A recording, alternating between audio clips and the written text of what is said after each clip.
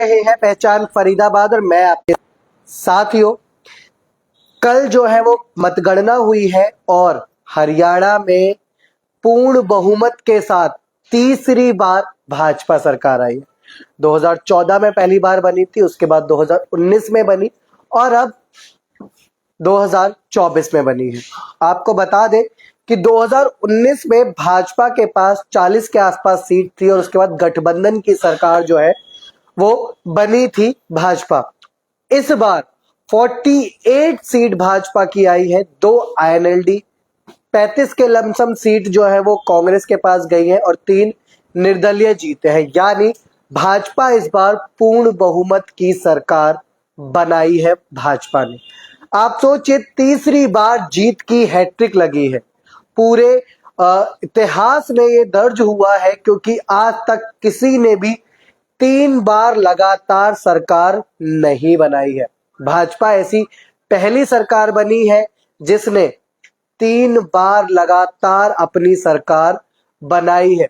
इस बार जो मुख्यमंत्री का चेहरा बता रहे हो फिर से नायब सिंह सैनी, जो कि अभी मुख्यमंत्री वर्तमान भी है, वो ही दोबारा मुख्यमंत्री बन सकते हैं, वही बनेंगे। ये कल जो है फिक्स हो चुका है।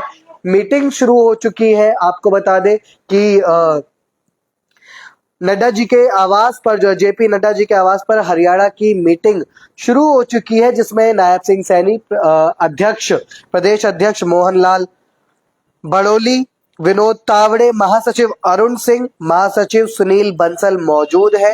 कैबिनेट गठन और पर्यवेक्षकों को लेकर चर्चा हो रही है। आपको बता दें, जो संभावित आंकड़े हमारे पास आ रहे, सूत्रों से जो खबर हमारे पास आई है उसमें आपको बता दें 2 डिप्टी CM बनने इस बार संभव है। 2 डिप्टी CM बन सकते हैं। मंत्रिमंडल में 2 लोग पुराने रहेंगे और 10 नए चेहरे इस बार जो है वो मंत्रिमंडल में ऐड होंगे। जैसे कि आप सभी जानते हैं, पूर्ण बहुमत की सरकार आई है, तीसरी बार हैट्रिक लगी है। उसी के साथ साथ मैं आपको बताना चाहता हूं फरीदाबाद के हालात। फरीदाबाद में भी कई विधानसभाओं में जीत की हैट्रिक लगी है भाजपा की। सबसे पहले बात करते हैं हम ओल्ड फरीदाबाद विधानसभा की।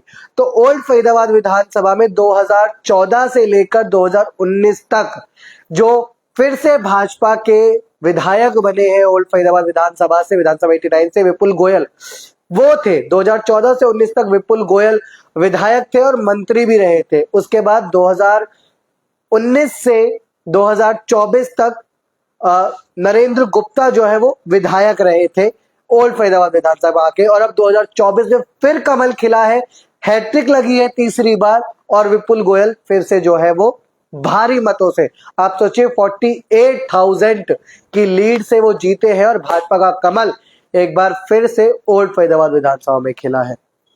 बात करते हैं हम बड़खल की। तो बड़खल में विधायक 2 बार जो रही है वो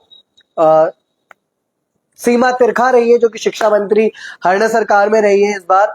तो वो 2 बार विधायक रही और तीसरी बार अब जो नया चेहरा जो है उतारा था भाजपा ने, धनेश अदलखा, जो कि पार्टी में बहुत पुराने हैं लेकिन विधानसभा का चुनाव उन्होंने पहली बार लड़ा था। उससे पहले पार्षद का 3 बार लड़ा था और तीनों बार जीते थे। इस बार पहली बार विधानसभा का चुनाव लड़ा और पहली बार में ही जीत हासिल करी और बड़खल में भी तीसरी बार कमल खिला। अब आ जाते हैं बल्लभगढ़ विधानसभा पे।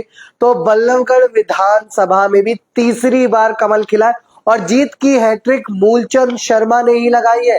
2014 से 2019 तक भी मूलचंद शर्मा ही विधायक रहे थे और मंत्री भी रहे थे।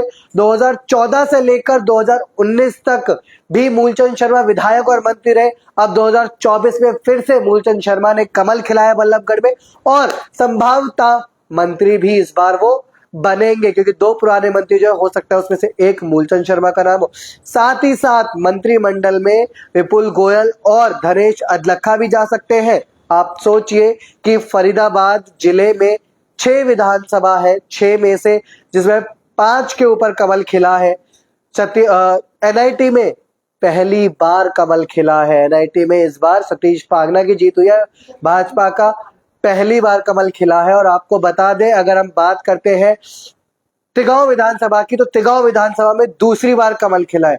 लेकिन पिथला विधानसभा पे, हालांकि पिछली बार जो जीते थे नैनपाल रावत, उन्होंने अपना समर्थन भाजपा को दिया था, लेकिन वो निर्दलीय उम्मीदवार थे।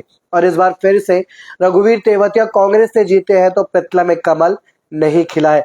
अगर हम पलवल की बात करते हैं तो पलवल में दूसरी बार कमल खिला। इससे पहले दीपक मंगला वहां के विधायक थे और इस बार जो है गौरव गौतम ने बाजी मारी, गौरव गौतम ने कमल खिलाया है। अगर बात करते हैं होडल की, तो होडल में इससे पहले जगदीश नायर जो है विधायक थे और इस बार जो है वो हरिंदर जी और इस बार विधायक बने हैं भाजपा से ही है। तो प्रदेश अध्यक्ष कांग्रेस के होडल से खड़े थे, उनको मात देते हुए, उनको हराते हुए दूसरी बार जो है होडल में कमल खिला है।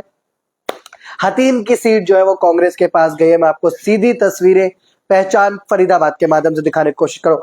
आप सोच सकते हैं कि 3 विधानसभाओं में हैट्रिक लगी है फरीदाबाद में जीत की भाजपा की, जैसे हरियाणा में तीसरी बार हैट्रिक लगी है, उसी हैट्रिक लगी है जीत की भाजपा की, उसी हिसाब से फरीदाबाद में भी लगी है।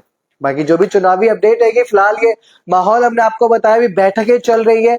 संभवतः 12 तारीख को 12 अक्टूबर को जो है वो मंत्रिमंडल बन सकता है। अभी तक जो आंकड़े सामने आ रहे हैं कि 12 तारीख को जो है वो शपथ लेंगे सभी विधायक और उसी में मंत्री भी जो है वो घोषित हो सकते हैं और मंत्रिमंडल भी बन सकता है। 12 तारीख को दशहरा भी है, तो देखते ये रहेगा कि कौन कौन मंत्रिमंडल में शामिल होगा और किस किस को मंत्रालय कौन सा मिलेगा, कौन डिप्टी सीएम बनता है, ये सब देखना भी बाकी है। क्योंकि भाजपा में एक चीज पहले ही तय हो जाती है कि मुख्यमंत्री कौन होगा। जैसे कि कांग्रेस की बात करें तो वहां पर 3 नाम, हुड्डा, शैलजा और सुरजेवाला, ये 3 ग्रुप सामने आए थे। कहीं ना कहीं इसी कमी की वजह से जो गुटबाजी थी हरियाणा में कांग्रेस की, कहीं ना कहीं वो गुटबाजी ही एक मुख्य कारण रही है कि फिर से कांग्रेस अपनी सरकार नहीं बना पाई।